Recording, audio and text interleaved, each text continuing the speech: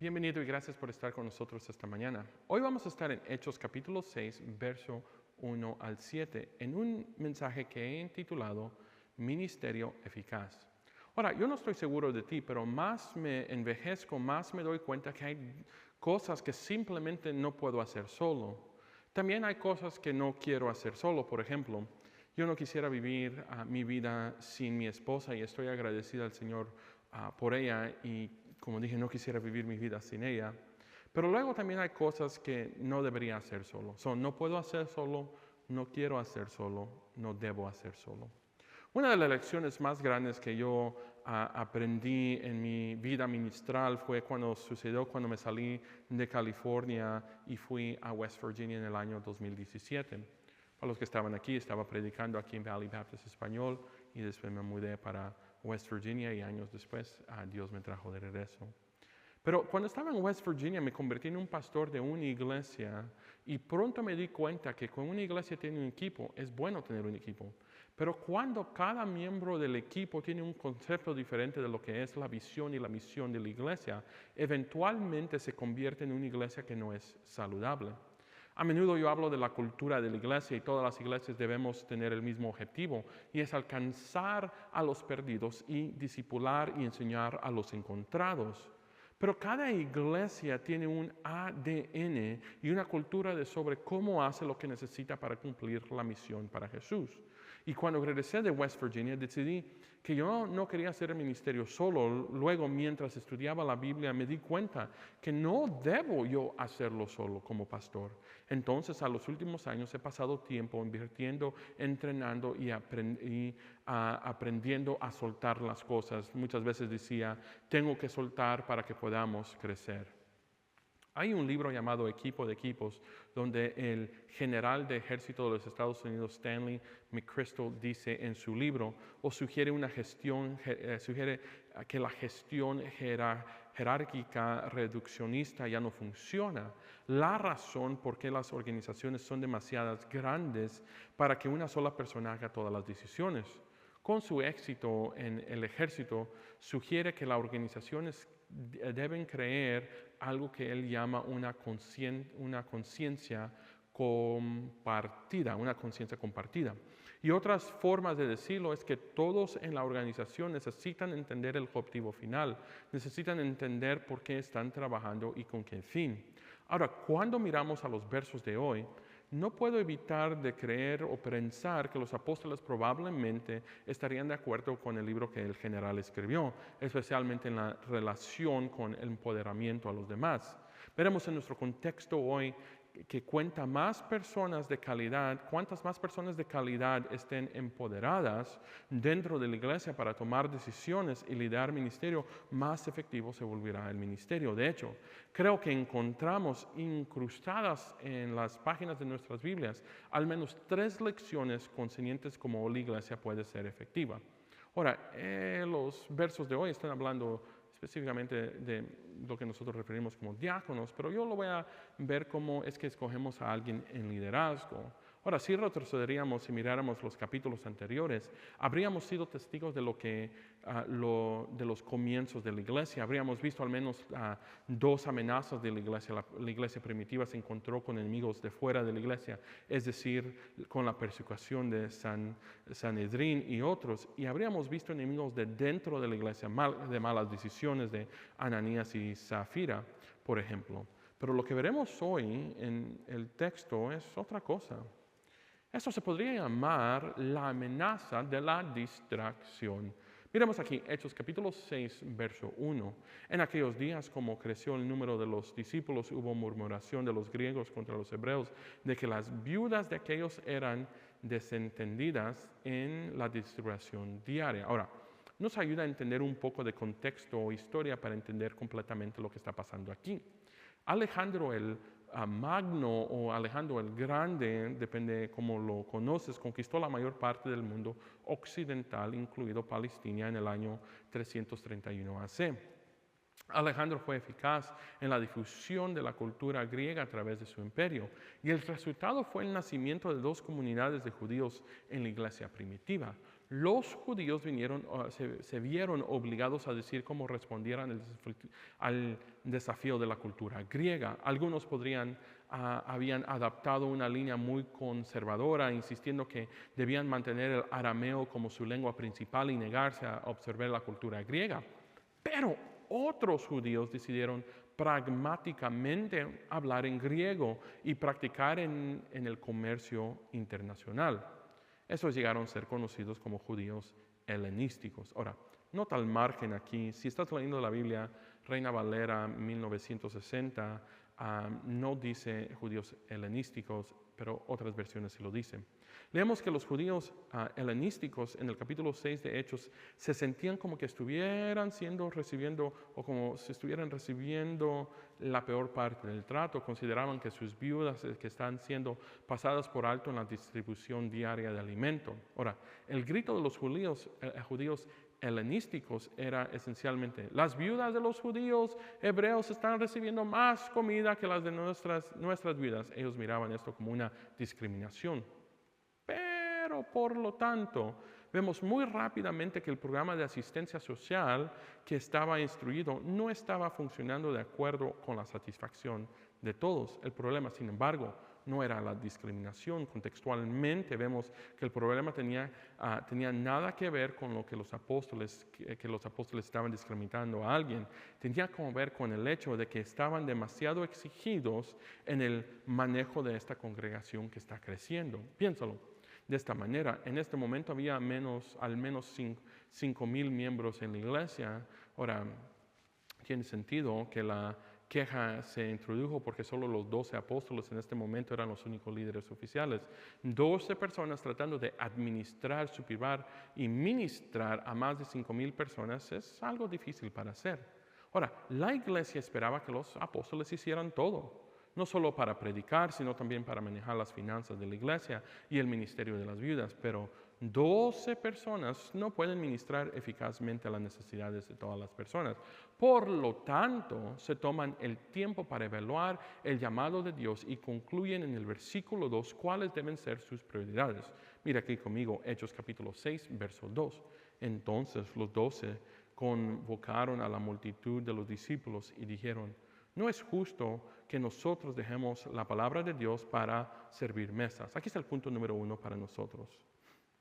Entender y enfocarnos en nuestras prioridades en la iglesia nos permitirá tener un ministerio efectivo. Ahora, los apóstoles dicen en el verso 2, no es justo que descuidemos el ministro de la palabra porque eso es muy importante. La primera pregunta que hay que hacernos todo el día es sobre qué es correcto o justo hacer en lugar de la pregunta qué es fácil para hacer. Y los apóstoles toman aquí una decisión basada en lo que es justo, lo que es correcto, y no es justo que ellos descuiden el ministro de la palabra. Ahora bien, no es como que si los apóstoles están diciendo, limpiar mesas está abajo de nosotros. Eso no es lo que están diciendo. Lo que están haciendo aquí es que ellos eran perfectamente capaces y estaban dispuestos a emprender este tipo de tareas cuando tenían tiempo.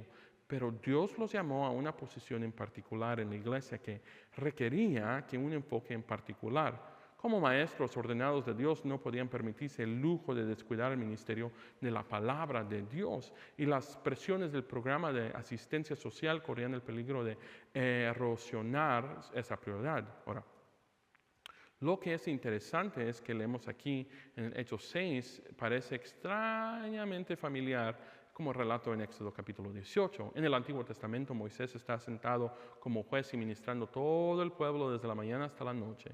Y el suegro de Moisés interviene y le dice a Moisés que está haciendo demasiado y que si no se detiene la gente lo agotará. Mire aquí conmigo Éxodo capítulo 18, versos 19 al 23.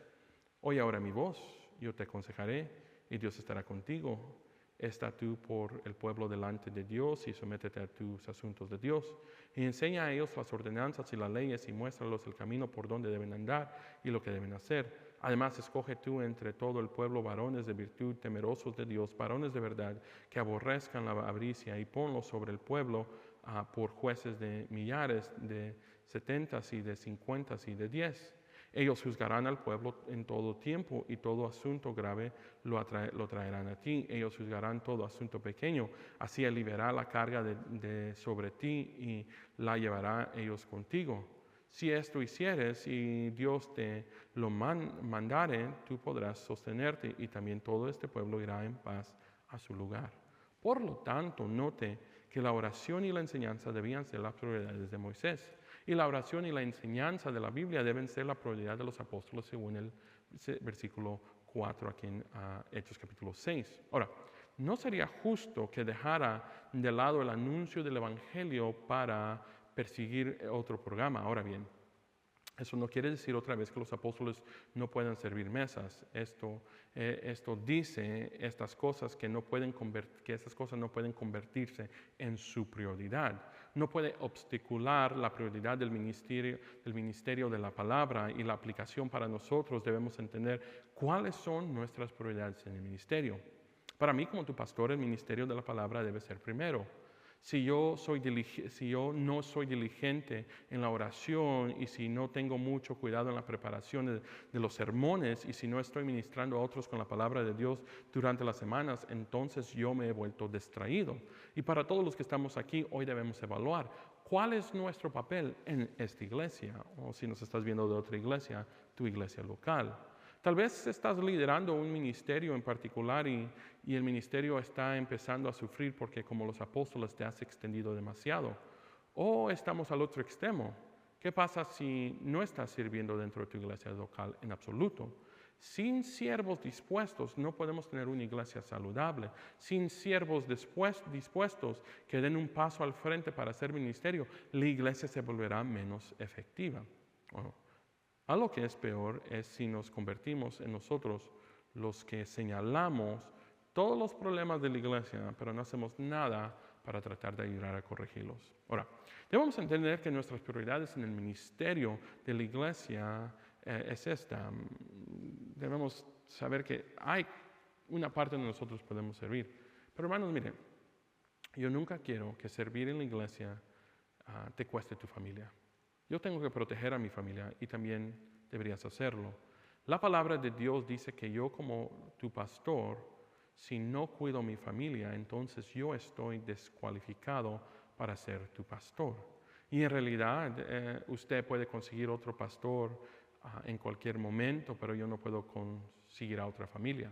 Ahora, ¿será que esto significa que mi familia nunca va a sentir el peso del ministerio? No, sí lo va a sentir. A veces hay temporadas donde sí siente el peso del ministerio. A veces me tengo que levantar 2, 3, 4 de la mañana para ir a visitar a alguien al hospital. O a veces estamos a punto de comer y entra una emergencia. O a veces hay cosas que no puedo ir a hacer porque ya tengo un compromiso con la iglesia. Hay momentos donde mi familia siente el peso, pero esa debe ser una excepción, no una normalidad.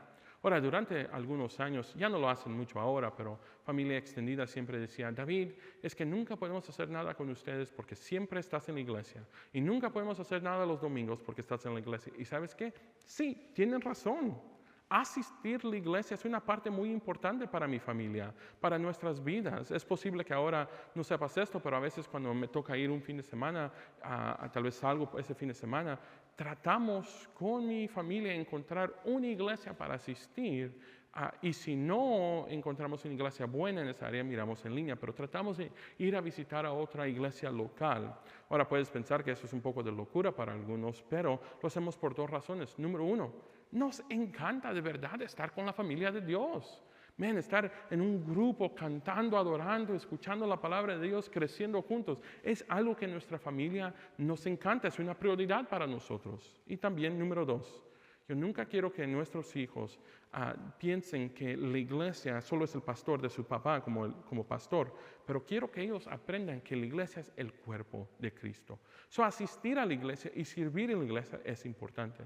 Y nosotros como creyentes estamos llamados a servir. Pero esto es lo que estoy tratando de decir. Necesita encontrar un equilibrio saludable. Aquí está el punto número 2. La delegación en la iglesia es una necesidad para un ministerio efectivo. Hechos capítulo 6, verso 3 al 4 dice así.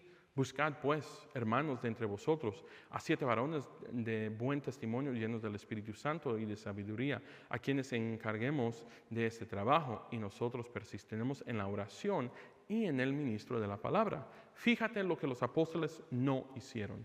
Los apóstoles no decidieron cerrar el programa de asistencia social porque había demasiada división.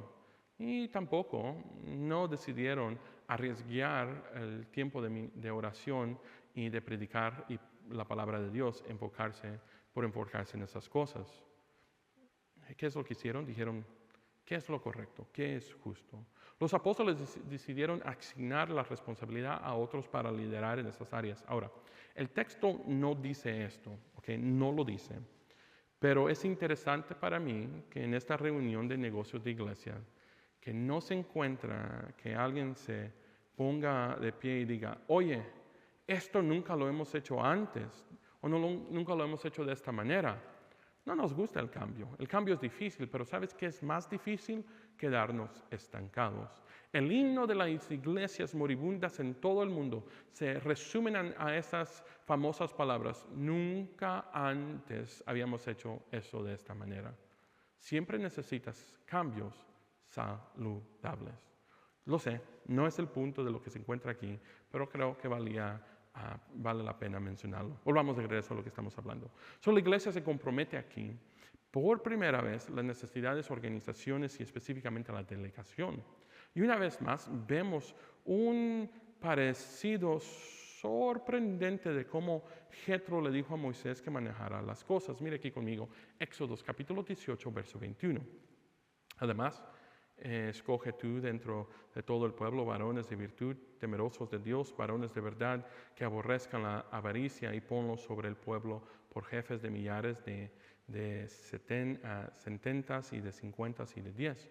Moisés y los apóstoles aprendieron el arte de delegar. La prioridad del apóstol, según el versículo 4, es la enseñanza de la palabra de Dios y la oración. Como líderes en la iglesia debemos reconocer lo que debemos tener en nuestras manos y también lo que debemos delegar. A veces un líder se coloca deliberadamente en una posición de indispensabilidad como resultado de su ambición personal. Sus reacciones a dejar las riendas del poder se les escapan de las manos. Ahora, la experiencia del dominio absoluto se convierte en un fuego consumidor para ellos. Algunos líderes tienen demasiado miedo a entregar cosas y tal vez dicen, este ministerio me ha costado mucho, este ministerio es demasiado importante como para dejarlo ir de mis manos. Pero la consecuencia es que el ministerio se vuelve cada vez menos efectivo porque es un espectáculo de una persona. Contextualmente hablando, la prioridad de los apóstoles y la prioridad de los pastores según el Nuevo Testamento es el ministerio de la palabra, es enseñar, aconsejar y entrenar a otros en la palabra de Dios. Déjame leerte una cita de Murray Keppe, un profesor de predicación en Australia, dijo esto. A lo largo de la larga historia de la iglesia, nada ha ganado tantas almas, ha cambiado tantas vidas, edificado a tantos santos, fortalecido a tantas iglesias como la predicación fiel de la palabra de Dios. Termina la cita. Es por eso que los apóstoles necesitan que la palabra de Dios que sea ministrada fuera su prioridad. Si no, dedico yo suficiente tiempo a la preparación de sermones y oración, entonces nuestro ministerio será menos efectivo. Pero también dice aquí oración.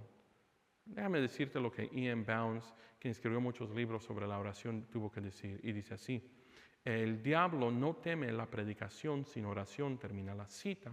Yo estoy convencido que la salud del púlpito está conectada con la salud de la vida de oración del predicador. Y la predicación de la palabra de Dios tenía que ser el enfoque. Entonces, ¿qué hicieron los apóstoles? Ellos delegaron.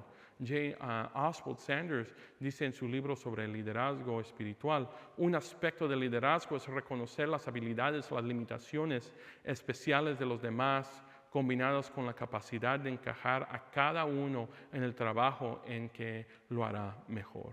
Ahora, todos en esta iglesia están dotados de alguna manera en particular y os animo que se pregunten a sus dones en particulares. ¿Dónde puede tener el mayor impacto para el reino de Dios? Nótese aquí que esta es una cantidad extraordinaria de humildad por los apóstoles para poder delegar responsabilidades. Se necesita verdadera humildad para ceder el control. Y los apóstoles fueron capaces de hacer esta pregunta. Una pregunta para nosotros sería, ¿nosotros somos humildes de esta manera? Recuerde, tú y yo seguimos los pasos de quien humildemente recorrió el camino que conducía a una cruz, a la que tú y yo deberíamos estar. Una vez más, el versículo 3, los apóstoles dicen así, mira aquí conmigo, Hechos capítulo 6, verso 3. Buscad pues, hermanos, entre vosotros a 7 varones de buen testimonio, llenos del Espíritu Santo y de sabiduría, a quienes encargamos de este trabajo. Permítame de nuevo tomar un momento aquí. Abordar algo que de verdad no está realmente en el texto, pero creo que es una gran lección para nosotros. Yo he visto a ministerios destruidos debido al liderazgo equivocado. Iglesia, quiero que sepa que yo tomo esto muy en serio. Es probablemente una de las partes más duras, más difíciles de mi pastoreo. Ahora, lo que voy a decir es para enseñanza, ¿ok? So, personalmente no lo estoy diciendo por una persona, pero a menudo me encuentro con personas que quieren ocupar puestos de liderazgo, especialmente puestos de enseñanza. Sepan que yo no soy rápido en dar estas posiciones de liderazgo y de enseñanza de la palabra de Dios, porque he visto lo que eso hace a una iglesia cuando no ponemos al líder adecuado. Es fácil poner a personas en roles de liderazgo, pero es bien difícil limpiar el desorden que dejan atrás. Y permítame ser claro, yo no espero que todas las personas sean perfectas, solo Jesús es perfecto, y no espero que todos tengan maestrías y doctorados. Y sé que Dios te tiene en esta iglesia por una razón. Voy a leer un montón de versos aquí que no están en la pantalla, so pon atención. Si tú eres creyente, tienes el don espiritual, y los dones espirituales son dados al cuerpo de la iglesia para servirnos unos a los otros. Primera de Pedro capítulo 4 verso 10. Entendiendo que ejercer cuidarnos unos a los otros es una estrategia contra la división. Primera de Corintios 12 25. Los creyentes están llamados a hacer bien a todos y mayormente a los de la familia de la fe. Gálatas capítulo 6 verso 10. Como señal de servicio y humildad estamos llamados a lavarnos los pies unos a los otros. Juan 13 verso 14. Todo creyente debe mostrar hospitalidad, primera de Pedro capítulo 4 verso 9, y contribuir a las necesidades de los santos, Romanos capítulo 12 verso 13. Y a medida que los miembros sirven en la iglesia, hacen crecer el cuerpo para que se edifique a sí mismo en amor, Efesios capítulo 4 verso 16. Entonces, con todo esto en mente, cuando oramos y buscamos líderes, me hago las preguntas yo. ¿Tiene esta persona una buena reputación entre la iglesia o no? ¿Es esta persona divisiva o se esfuerza a la unidad? ¿Es humilde o orgulloso? ¿Tiene mentalidad de siervo o a esta persona le gusta que le sirvan? Ay, la que más me llega a mí es, ¿esta persona llega a tiempo o llega tarde? Porque mire, si no puedes llegar a tiempo, no puedes controlar tu tiempo. Y si yo sé que no puedes controlar tu tiempo, entonces la única conclusión que puedo llegar es que no vas a saber cómo manejar tu tiempo durante la semana para estudiar tu lección, para lo que le vas a dar a tu clase. Ahora, también me hago la otra pregunta. Si esta persona dice sí, que va a llegar a algo y después no llega sin avisar o no llega sin decir nada. No estamos hablando de emergencias pasan, pero hay mucha gente que se compromete a hacer algo y nunca llega. Su sí no es sí y su no no es no. Por eso me gusta el discipulado que nosotros hacemos aquí 1 a 1 por 8 semanas, porque enseña un nivel de compromiso. Ahora, todo lo que dije y algunas cosas de lo que no dije hablan del carácter. Además, somos una iglesia bautista del sur. Yo también quiero ver si se alinea la teología y doctrina. Quiero asegurarme que todos crezcamos juntos como rebaño y que todos comamos del pasto del mismo campo. Y mi oración, que tú no veas esto como que yo quiero ser controlador, pero lo veas como tu pastor cuidando al rebaño. Mira, voy a ser honesto contigo. A lo largo de los años, gente me ha preguntado por qué es que no dejo a otras personas predicar. No es siempre el caso, sí han habido otros que predican aquí. Pero lo hago simplemente para cuidar lo que se está predicando en este púlpito. Ser honesto contigo. Predicar es la parte más difícil de mi llamado, porque yo seré responsable delante del Señor para cada palabra que yo predique desde este púlpito. Tener una iglesia, tener un pastor que cuida el púlpito, no es algo porque tenemos que estar enojados con, es algo por estar agradecidos por. Ok, ya sé que no estaba en el verso, pero creo que pudimos aprender algo. Volvamos al verso 3. Por lo tanto, dijeron los apóstoles, elegiste vosotros 7 que sabe que están llenos del Espíritu Santo y de sabiduría. No cualquier persona sirve para esta tarea. Hay que delegar cuidadosamente. El punto aquí es que la calificación espiritual son lo que se necesita y debemos mirar no lo que el mundo mira, pero debemos ver a aquellos que estén llenos del Espíritu Santo. Ahora, ¿qué significa estar llenos del Espíritu Santo? J. Oswald Sanders nuevamente nos ayuda y dice esto. Empieza la cita. Estar lleno del Espíritu Santo significa que el cristiano entrega voluntariamente su vida y su voluntad al Espíritu. Y a través de la fe, personalidad del creyente es llena, dominada y controlada por el Espíritu. Termina la cita. Estar lleno del Espíritu Santo significa ser sensible a la dirección del Espíritu y hacerlo el capitán del barco en cada área de tu vida. Y fíjense cómo reaccionaron la gente en la reunión de negocios de la iglesia aquí en el verso 5. Mira conmigo, Hechos capítulo 6, verso 5 al 6. Agradado la propuesta a toda multitud, eligieron Esteban, varón lleno de fe y del Espíritu Santo, y Felipe, y Procopo, y Nicanor, y Timón, y Parmenas, y Nicolás, prosolito de Antioquía, y a los cuales presentaron ante los apóstoles, quienes orando les impusieron las manos. Ahora, ¿quiénes son estos 7 elegidos por la iglesia? Tenemos a Esteban, que se convierte en el primer mártir de Cristo. Felipe se convierte en el evangelista que es usado por el Espíritu Santo a liderar un gran avivamiento en Samaria. Y no sabemos acerca de los demás, aparte que están llenos del Espíritu Santo. Pero una vez estos hombres fueron elegidos, los apóstoles los reconocieron y oraron por ellos.